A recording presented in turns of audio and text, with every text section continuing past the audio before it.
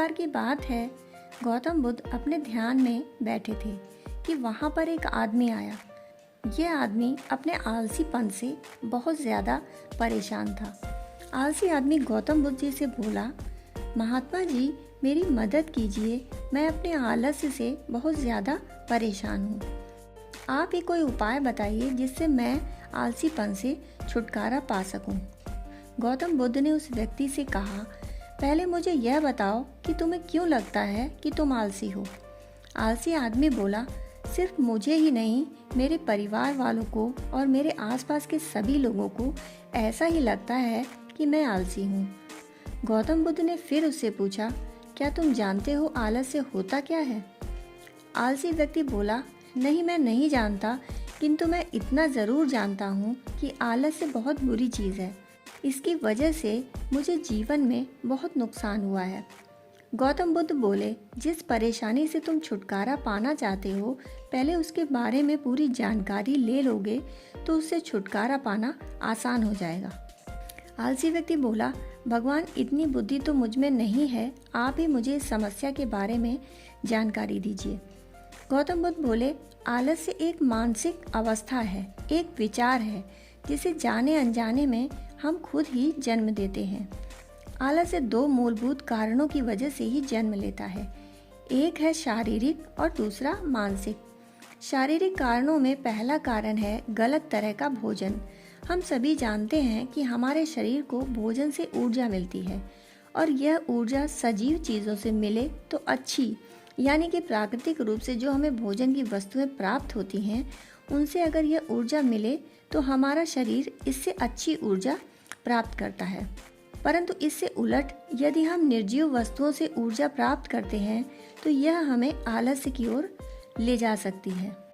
दूसरा कारण हमारी शारीरिक गतिविधियाँ। शारीरिक गतिविधियाँ भी हमें आलस्य के चंगुल में फंसा सकती हैं। गौतम बुद्ध ने आलसी व्यक्ति को अपने शिष्यों की तरफ इशारा करते हुए कहा कि देखो, इनके चलने फिरने बैठने के तरीकों में तुम्हें कुछ अलग नजर आ रहा है।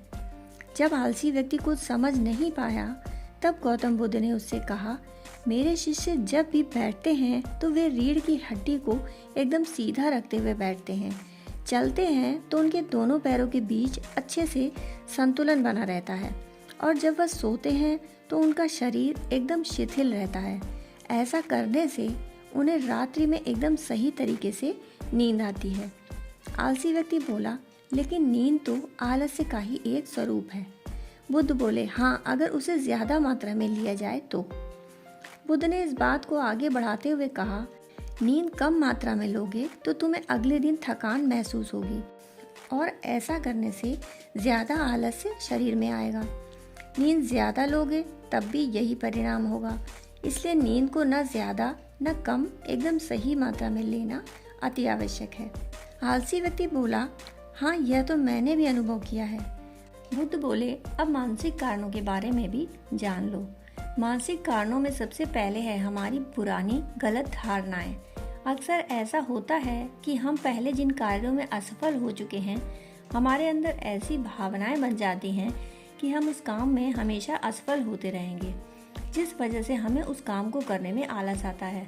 ऐसी धारणाओं से छुटकारा पाने का एकमात्र उपाय यह है कि हमें अपने मन को यह समझाना चाहिए कि पिछली बार हम जब उस काम में असफल हुए थे तो हम उसके बारे में जितना जानते थे, अब हम उस काम के बारे में उससे ज़्यादा जानते हैं, क्योंकि असफल होने के बाद हम उससे काफ़ी कुछ सीखे भी हैं। बुद्ध बोले, दूसरा कारण है आलसी और कामचोर लोगों की संगत। कई बार ऐसा होता है कि हम आलसी नहीं होते, मगर जिनके साथ हम रहते हैं हम उन जैसे बनने लगते हैं। इससे छुटकारा पाने का उपाय बहुत सरल है। कामचोर और आलसी व्यक्तियों से दूर रहो। ऐसे व्यक्तियों की संगत में रहो जो अपने काम को बड़ी लगन से करते हैं और तुम्हें कुछ सिखा पाए। गौतम बुद्ध ने तीसरा कारण बताते हुए कहा, यह कारण आलस्य के लिए सबसे बड़ा कारण है, काम को कल पर टालते रहना। यह कारण इतना शक्तिशाली है कि किसी भी व्यक्ति को बर्बाद कर सकता है। इससे बचने का सबसे आसान उपाय यह है कि जो काम जितनी जल्दी संभव हो उतनी जल्दी कर दिया जाए। गौतम बुद्ध ने आलसी व्यक्ति से एक सवाल पूछा, मान लो तुम किसी रेगिस्तान में फंस गए हो और तुम्हें प्यास लगी है तो तुम क्या करोगे? आलसी व्यक्ति बोला, मैं जल्दी ही रेगिस्तान के आसपास कोई गांव की तलाश करूंगा या ऐसी जगह की तलाश करूंगा जहां पर मुझे पानी मिल सके। गौतम बुद्ध बोले, अगर तुम्हें काफी देर ढूंढने पर भी पानी ना मिले तब तुम क्या करोगे? आलसी व्यक्ति बोला, मैं तब भी अपनी तलाश जारी रखूंगा, क्योंकि ऐसी परिस्थिति में मेरे पास कोई और दूसरा विकल्प तो होगा ही नहीं। गौतम बुद्ध बोले, बिल्कुल सही, और यही है मानसिक स्तर पर आलस्य का चौथा कारण, किसी भी निश्चित लक्ष्य का न होना। यह भी आलस की ओर लेकर जाता है। अब सुनो 5वें कारण के बारे में।